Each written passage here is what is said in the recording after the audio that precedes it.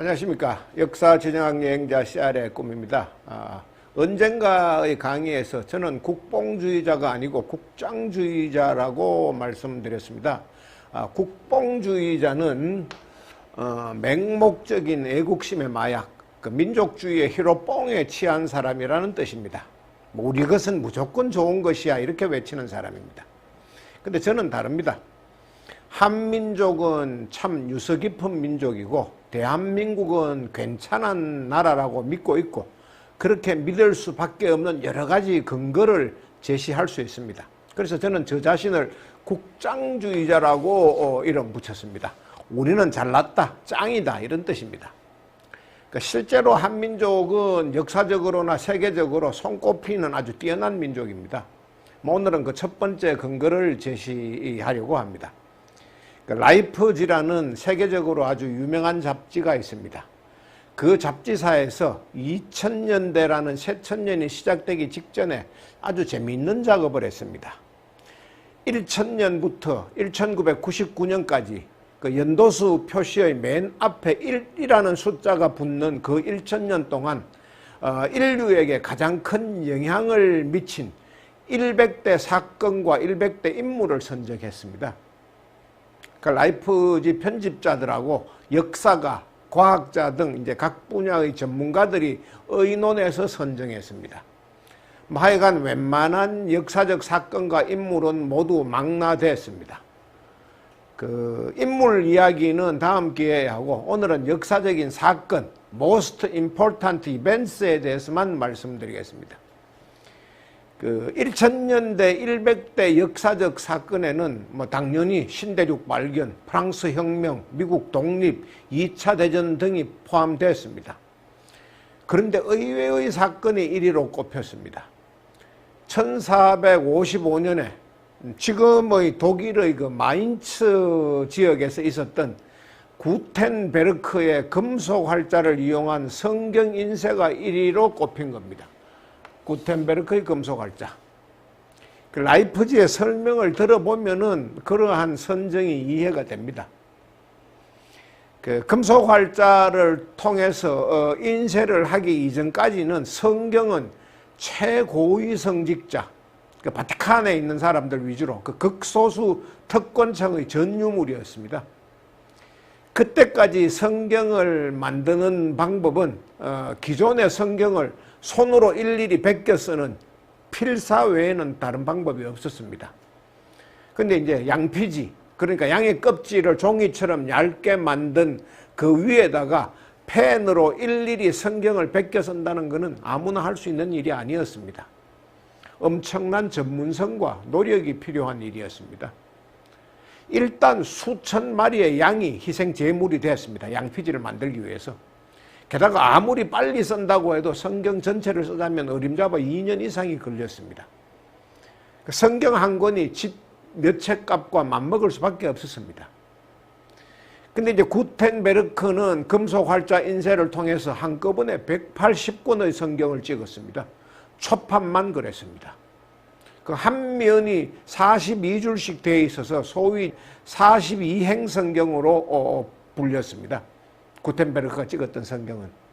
근데 그 다음부터 구텐베르크의 인쇄술을 카피한 다른 인쇄업자들도 앞다퉈서 성경을 찍어냈습니다. 그때는 지적 재산권이나 특허권이 없던 시절이었습니다. 구텐베르크의 42행 성경이 발매된 지 50년도 지나지 않아서 유럽에는 200여 개의 도시에 1000개 이상의 인쇄소가 생겨났습니다. 그리고 이제 몇백 년 후에는 성경은 원하는 사람은 누구나 가질 수 있게 됐습니다. 근데 이제 인쇄술의 발달은 뜻하지 않은 다른 결과도 가져왔습니다. 성경뿐만 아니라 대학 교재 등 일반 서적도 엄청나게 찍혀 나온 겁니다. 그러니까 구텐베르크의 인쇄술이 개발되기 전까지 유럽 전역에 있던 책은 3만 권을 넘지 못했습니다.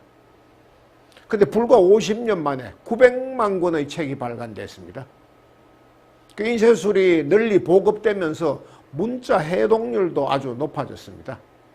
이 잔 칼뱅의 기독교 강요 등 종교 서적은 물론이고 지리 서적, 여행기, 지도, 또 수학과 천문학 등 과학기술 서적 등도 인쇄돼서 전 유럽으로 퍼져나갔습니다. 결국 구텐베르크의 인쇄술은 르네상스, 종교개혁, 대항해 시대의 개막 등에 직간접적인 영향을 미쳤습니다. 중세 유럽의 정보혁명을 일으켰다고 해도 과언이 아닙니다. 근데 라이프지의 1000년대 100대 사건 발표 기사에서 특별히 눈길을 끄는 대목이 있습니다. 최초로 금속활자로 성경을 인쇄한 사람은 구텐베르크가 분명하지만 금속활자를 처음 만든 것은 그 사람이 아니고 금속활자로 인쇄술을 만든 것도 그 사람이 처음이 아니라고 밝혔습니다. 라이프지는 금속활자로 된 최초의 인쇄물은 14세기 한국에서 당시의 고려에서 간행된 다른 책이라고 분명히 밝혔습니다. 그리고 그 사실은 독일 마인츠에 있는 구텐베르크 박물관에서도 인정하고 있습니다.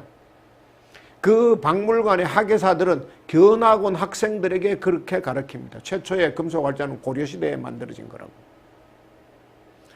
현재 전 세계 학계가 공인하는 바 세계 최초의 금속활자 인쇄물은 1377년에 고려 때 만들어진 직지심체요절이라는 책입니다. 직지심체요절, 줄여서 직지라고 합니다. 구텐베르크 성경보다 78년이나 앞선 겁니다. 유네스코 세계기록유산에도 그렇게 등재되어 있습니다.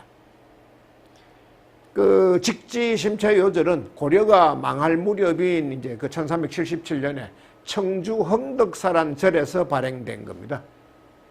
그 당시의 고성이었던 백운화상이라는 성녀가 선불교의 명언들을 이해하기 쉬운 요절의 형태로 정리한 책입니다. 원래 상하권으로 발행됐는데 지금 전해지는 것은 하권밖에 없고 그마저도 우리나라에 없습니다. 프랑스 국립도서관에 소장되어 있습니다. 19세기 후반에 당시 조선 주재 프랑스 공사였던 플랑시란 사람이 헐값에 구입해서 프랑스로 가져간 것으로 그렇게 알려져 있습니다. 그 얼마 전 프랑스로부터 돌려받았던 그 외교장각 의궤처럼 그 병인 양료 등 이렇게 전란통에 빼앗긴 거라면 반환을 요구해 볼 수도 있습니다만 이 직지는 비록 헐값이라도 돈을 주고 사가지고 간 것이어서 돌려받기도 어려운 상황입니다. 근데 오늘 이제 제가 강조하고 싶은 거는 그 직지심체요절의 내용이나 프랑스에서의 반환 여부가 아니고 우리 민족의 인쇄 문화에 대한 것입니다. 기록에 따르면은 고려 때는 직지 이전에도 금속 활자가 이미 널리 퍼져 있었다고 합니다. 지방의 한 사찰에서 금속 활자 인쇄물을 발행할 정도로 보편화되어 있었다고 합니다.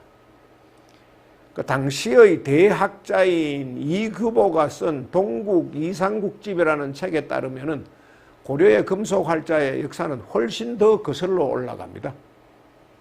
1240년경에 당시까지의 법규를 요약한 책인 상정고금예문이라는 책을 찍었는데 그 금속 활자로 28권을 찍어서 각 관청에 배포했다. 그렇게 기록되어 있습니다. 직지보다도 또 130년 전의 이야기입니다. 그 직지는 원본이 있어서 금속 활자 인쇄본 이미 쉽게 증명됐습니다만 상정고금 예문은 아쉽게도 책이 전해지지 않아서 사실 여부를 확인할 방법은 없습니다. 그렇지만 이제 당대의 석학이 자신의 문집에 쓸데없이 그런 기록을 남겼을 리 없다고 생각해 보면 사실에 가깝다는 것이 합리적 추론입니다. 고려는 당시 세계적으로 이제 유명했던 청자를 만든 나라이고 인삼의 나라였습니다. 또 나전칠기도 유명했고 화문석도 잘 만드는 나라였습니다. 그리고 이제 나중에 한지라고 불리게 됐던 그 종이의 질이 아주 뛰어난 나라였습니다. 고려는 당시에 그 모든 것을 해외에 수출하는 수출 대국이었습니다. 그리고 고려 사람들은 노래 부르기도 아주 즐겨했습니다. 온 국민이 즐겨 노래를 불렀습니다.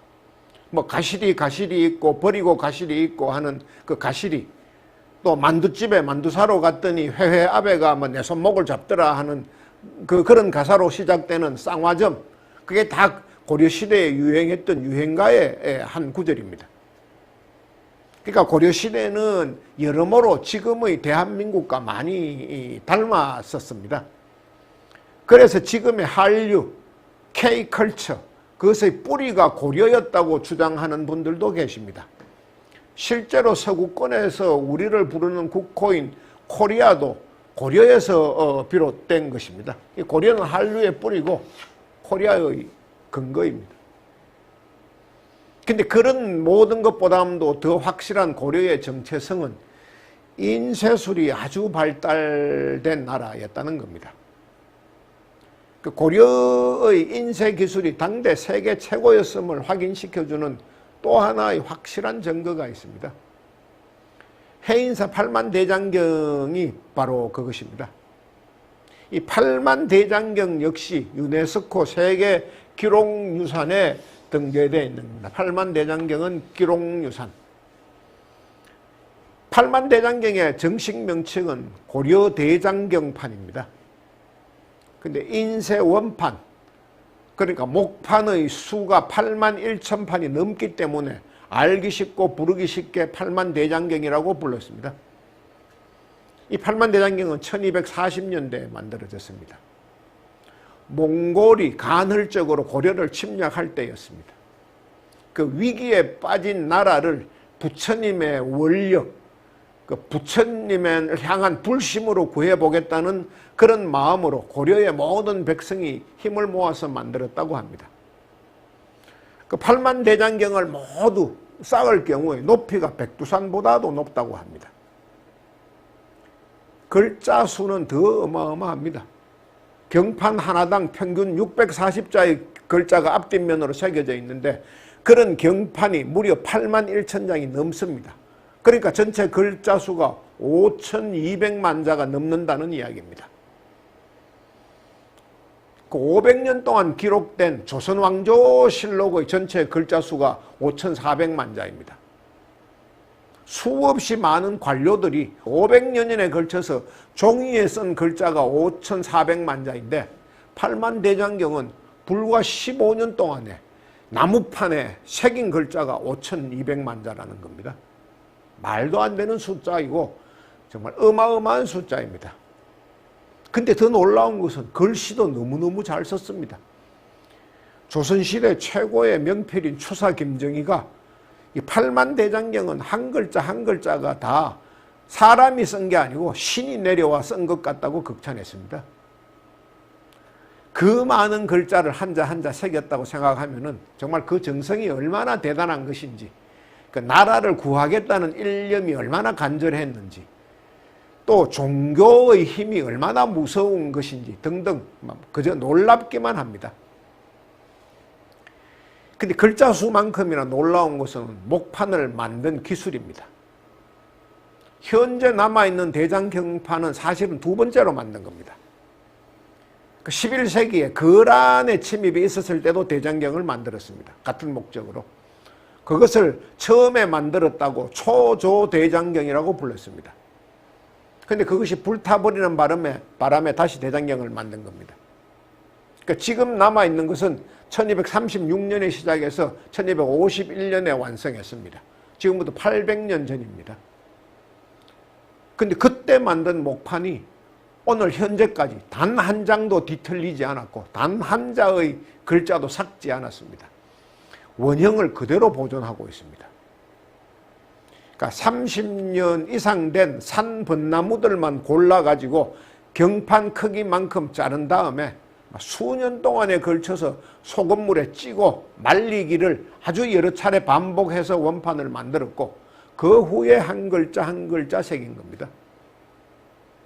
하여간 팔만대장경, 그러니까 고려대장경판은 세계사에 유례 없는 목판 인쇄술의 극치라는 찬사를 받고 있습니다. 양이나 질 모든 면에서 불가사의하고 전무후무, 유일무이하다는 그 전 세계 역사가나 인쇄 전문가들의 극찬이 넘쳐나고 있습니다. 근데 이제 팔만대장경이 직지와 더불어서 유네스코 세계 기록유산에 올랐다는 것은 이미 말씀드렸습니다만, 그 팔만대장경은 하나의 기록을 더 가지고 있습니다. 그 대장경판을 보관하기 위해서 만든, 순전히 이제 대장경판 보관 전담 정각인 장경판전도 유네스코 세계 문화유산에 등재되어 있다는 겁니다. 장경판전은 유네스코 문화유산. 팔만대장경은 기록유산에, 그것을 보관하는 장경판전은 세계 문화유산에 등재되어 있다는 건데, 그 문화유산과 기록유산은 분야가 조금 다른 것이긴 합니다만은, 하여간 한 곳에 있는 연관된 유물이 별도로 다른 항목의 세계유산에 올라간 것은 동서양을 통틀어 이게 유일한 사례로 저는 그렇게 알고 있습니다. 그만큼 그 두 개의 가치가 뛰어나다는 것을 이제 증명합니다. 이 장경판전이 세계문화유산으로 선정된 것도 뭐 어떻게 보면 당연합니다. 팔만대장경이 800년의 세월 동안에도 불구하고 삭거나 휘어지는 등 어떠한 변질도 없이 그 원형을 유지하는 데는 이 장경판전의 역할도 아주 크기 때문입니다. 이 장경판전은 이제 동서남북으로 이렇게 4개의 정각으로 만들어져 있는데, 그 정각의 크기와 창의 위치, 모양 등이 모두 다릅니다. 그 목판에 닿는 바람과 빛의 양을 조절하기 위해서 그렇게 만들었습니다. 또 정각의 안쪽에는 바닥을 깊게 파가지고 숯, 횟가루, 소금, 모래 등을 아주 적절한 비율로 섞어서 깔았습니다. 자연적으로 습도를 조절하기 위해서 그렇게 했습니다. 요즘의 어떠한 기술로도 그만한 양의 인쇄 경판을 그렇게 오랜 세월 동안 그렇게 완벽하게 보관하기는 어렵다고 합니다. 과학자들이. 유네스코 세계유산이라는 말이 자꾸 반복돼 나오고 있습니다. 그게 뭔지, 또 문화유산과 기록유산은 무엇이 다른지 등은 다음 시간에 말씀드리겠습니다. 오늘은 우리 민족, 우리 조상들의 뛰어난 그 인쇄술에 대해서만 말씀드리겠습니다. 하여간 우리 민족은 고려시대에 이미 당시의 세상에서는 타의 추종을 불허하는 인쇄 선진국이었습니다. 어느 나라, 어느 시대를 구분할 것도 없이 인쇄술이 발달했다는 것은 굉장히 중요하고 복합적인 의미를 갖습니다. 한마디로 하면 고려시대가 굉장히 문화강국이었다는 것을 증명하는 겁니다. 이 인쇄술 발달은 종합문화강국의 정표나 다름없습니다. 인류 이래 세상 모든 것은 수요와 공급의 법칙에 지배됩니다. 필요로 하는 사람이 많아야 기술도 발전하고 공급도 늘어납니다. 결국 고려시대 때는 흥덕사라는 지방의 한 사찰에서조차 인쇄물을 찍어낼 수 있을 만큼 그 인쇄에 대한 수요가 있었고 인쇄 방법도 보편화됐다는 것을 의미합니다. 또 글씨를 읽고 쓸 줄 아는 사람도 그만큼 많았다는 뜻입니다. 그 두 번째 의미는 중세시대 이전의 어느 나라에서 인쇄술이 발달했다는 것은 그만큼 의식주가 어느 정도 해결이 됐고 또 평화롭고 안정된 기간이 오래 지속됐다는 걸 뜻합니다. 먹고 살기에 급급한 상황이나 막 전쟁이 벌어지고 있는 상황에서는 인쇄술 등 정신문화와 관련된 것이 발전하기 어렵습니다. 이 팔만대장경이 이제 몽골의 침략 때문에 새긴 거라고 했지만은 몽골군이 쳐들어오기 이전에 이미 팔만대장경을 만들 기술이 축적돼 있었다는 걸 뜻합니다. 그리고 이제 고려시대에 그렇게 인쇄술이 발달했다는 것은 고려시대 이전에도 이미 상당한 문화적 토양이 축적돼 왔다는 것을 의미하는 겁니다. 사실 이제 고려의 금속 활자와 팔만대장경이 어느 날 갑자기 하루아침에 생긴 게 아닙니다. 신라 때도 이미 목판 인쇄술이 발달했습니다. 우리 민족은. 1966년에 경주 불국사 석가탑을 수리할 때 한 목판 인쇄물이 발견되었습니다. 무구정광 대다란이경이라는 게 나왔습니다. 그 불교 경전 요절이 적힌 두루마리 형태의 목판 인쇄물이었습니다. 이 석가탑이 만들어진 게 서기 750년입니다. 그러니까 8세기 중엽인데 그 안에서 다란이경이 나왔다는 것은 탑을 세울 때 이미 그 다란이경이 인쇄가 되어 있었다는 이야기고, 그러니까 750년 이전에 인쇄가 발달했다는 뜻입니다. 그러니까 우리 민족은 현존하는 세계 최초의 금속 활자와 목판 인쇄물을 함께 가지고 있는 나라입니다. 우리 조상들의 인쇄 문화와 관련돼서 하나만 더 언급하겠습니다. 20세기 이전까지 인류가 만든 종이 가운데 가장 보존성이 뛰어나다는 우리의 전통 종이 한지에 관한 이야기입니다. 구텐베르크의 성경은 만들어진 지 550년 정도가 됐는데 이 종이의 질 때문에 보관에 문제가 생겼습니다. 양피지, 그러니까 양의 껍질을 종이처럼 펴서 말린 것, 그러니까 양가죽에 찍었기 때문에 자꾸 사갔습니다. 그래서 원본은 지금 열람이 불가능합니다. 수장고에 특수 보관합니다. 그런 반면에 이제 한지, 우리의 전통종이에 기록된 기록물들은 삭지도 않고 썩지도 않고 천년의 세월을 견뎌낸 것이 허다합니다. 그러니까 삼국시대 때부터 우리의 종이는 그 종이 발명의 종주국이라는 중국에도 대량 수출되었습니다. 송나라 이후에 중국의 역대 제왕의 국가 기록물에는 오로지 고려의 종이만 사용했다, 이런 기록도 있습니다. 그러니까 최근에는 루브르 박물관 등 세계 유수의 박물관이나 또 로스차일드 가문 등등 세계 최정상급 부호들이 소장한 그 예술품이나 문화재를 복원할 때도 우리의 전통 한지를 가장 선호한다고 알려져 있습니다. 그러니까 보관성이나 내구성, 그러니까 오래 버티는 것 등등에서 여러 가지 면에서 한지가 최고의 종이라는 사실이 입증되고 있습니다.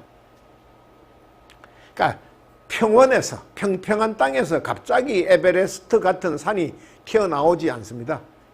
5, 6천 미터의 고봉이 수십 개 이상이 연결되어 있어야 그 가운데 8천 미터 이상의 봉우리도 생기고 마침내 세계에서 가장 높은 에베레스트 산도 있는 겁니다. 문화도 그와 굉장히 유사합니다. 문화는 서서히 스며드는 것이고 오랜 세월에 걸쳐서 아주 조금씩 쌓여가는 겁니다. 그리고 어느 순간 그 문화가 사라진 것처럼 보일 때도 있지만 그 잠복해 있던 유전자가 언젠가는 되살아납니다. 그 세계 최초의 목판 인쇄물과 금속 활자 인쇄물을 가졌던 문화민족, 그것이 이제 우리 유전자에 새겨져 있다는 이야기입니다. 그 한음절 민족사 지난번 강의에서 우리 민족은 동민족, 옹기민족, 장독민족이라고 말씀드린 바 있습니다. 그 독이야말로 수천 년에 걸친 우리 민족의 생활 필수품이었습니다. 그러니까 오늘은 이제 그러한 장독이 놓여졌던 곳, 장독을 모아둔 곳, 그 장독대에 대해서 말씀드리겠습니다. 사실 요즘은 아파트가 보편적인 주거생활 공간이 됐지만 불과 한 세대 전만 해도 단독주택이 주거의 대세였습니다. 그리고 그 시절 대한민국에는 독 한두 개쯤 없는 가구는 없었습니다. 살림이 아무리 궁색해도 집집마다 옹기 몇 개는 꼭 있었습니다. 새빵살이를 해도 주인의 허락을 받아서 장독대 한쪽 구석에 자신들의 옹기를 덮고 그럴 형편조차 되지 않으면 문간의 마루 밑에라도 옹기를 뒀습니다. 아무리 옹색한 살림을 살아도 간장과 된장이 없이는 먹거리를 해결할 수 없었기 때문입니다. 하여간 독이 그 정도로 중요한 만큼 그 독을 모아두는 곳, 장독대는 그 집에서도 제일 안전한 곳에 뒀습니다. 가능하면은 외부인의 손길이 닿지 않는 곳에 만들었습니다. 장독대를. 소위 이제 손을 타지 않도록 했습니다. 장독 하나하나에 금줄을 치는 집도 있었고 장독대 전체에 금줄을 쳐서 아예 외부인의 출입을 막는 집도 있었습니다. 못 들어간다 여기는. 그리고 아침마다 일어나면 장독을 닦는 어머니들도 많았습니다. 그 좀 여유가 있는 집, 제법 잘 사는 집은 장독대를 일부러 뒷곁에, 뒷뜰에 만드는 경우도 있었습니다. 외부인의 눈길에서조차 멀어지게 한 겁니다. 또 장독대 밑에는 돌을 고이든지 혹은 무릎팍 높이 정도의 담을 쌓든지 어떻게든 완전히 맨바닥과는 구분을 하고 또 경계를 두는 경우가 많았습니다. 우리의 어머니들이 이렇게 장독대를 신성시한 이유는 분명합니다. 여하한 경우에도 장맛을 지키기 위해서 그렇습니다. 어떠한 이유로든 장독이 깨지거나 비오는 여름날 장독대 뚜껑을 닫지 않는 바람에 비가 들었다 등등의 이유로 장맛이 변하기라도 하면은 온 가족의 그 한 해의 입맛과 부엌 살림을 망칠 수도 있었기 때문입니다. 하여간 그래서 이제 그 한민족의 모든 주부들, 우리의 어머니, 그 어머니의 어머니들은 장을 만들고 장을 보관하고 장맛을 지키는 일에 막 거의 목숨을 걸었습니다. 오죽하면은 장맛이 변하면 집안에 우환이 든다는 말도 있었고, 극단적으로는 장맛이 변하면 집안이 망한다는 말까지 생겼습니다. 하여간 된장이든 김치든 뭐 고추장이든 일단 장을 담갔으면 그 다음은 하늘에, 자연에 맡겨야 했습니다. 햇빛과 온도 등 모든 게 맞아야 했습니다. 그러니까 한반도, 우리가 살았던 땅의 자연은 그것을 가능하게 해줬습니다.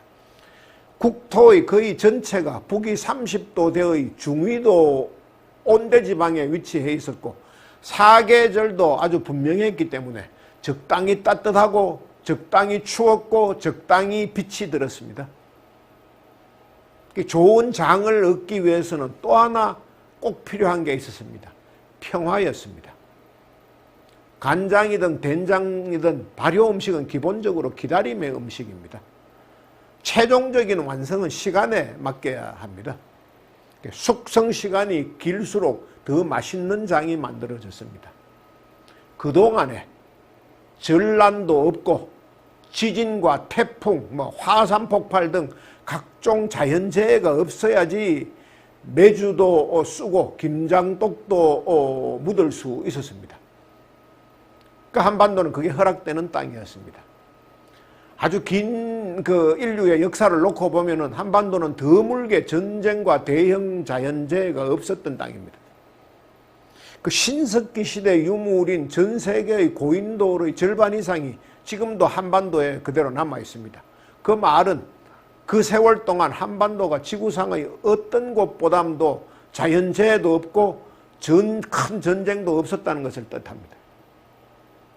근데 저는 그러한 것이 이루어졌던 바탕에 우리의 어머니들이 각 집안에 이제 자신들만의 기도처, 자신들의 지성소를 두고 있었다는 게 큰 역할을 했다고 생각합니다. 우리 어머니들은 간절히 바랄 게 있으면은 가장 조용한 시간에 집안에서 가장 한적하고 안전하고 외부인의 눈길도 발길도 미치지 않는 바로 그 장독대에서 정화수를 떠놓고 비셨습니다. 막 객지에 돈 벌러 나간 지아비의 안녕을 빌었고, 자식들의 건강과 입시 합격을 빌었고, 군대 간 아들의 무사무탈을 빌었습니다.